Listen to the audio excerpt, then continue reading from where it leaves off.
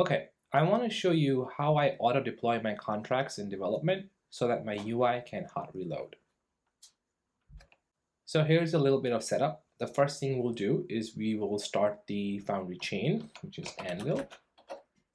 Okay, this has started my chain. And here on the left, I have my contract, a boilerplate contract, my contract. And to deploy this, I will just type in forge create. Okay, this is, if you look at this command, it's deploying to this chain, which is local, the name of my contract, what address I want to deploy from.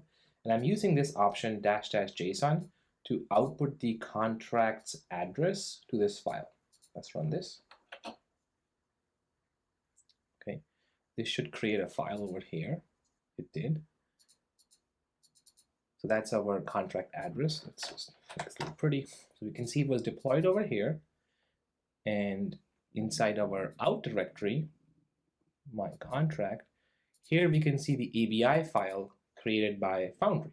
Okay, so we have the ABI file, we have the address, which is what we need to make a UI work. So we're going to bring in Sidekik for that.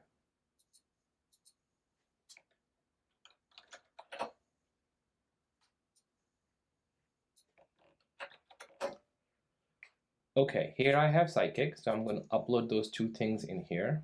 The first thing I want to do is upload the ABI. Okay, we see the ABI is there.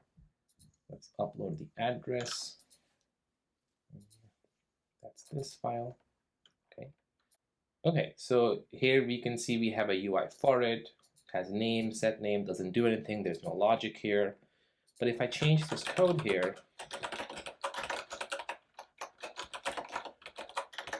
this is not going to come up because I have to deploy the contract again. So let's automate that using chokidar. So let's take a look at this command. I'm just telling chokidar to watch this file, which is my contract, and every time it changes, it's going to deploy it for me.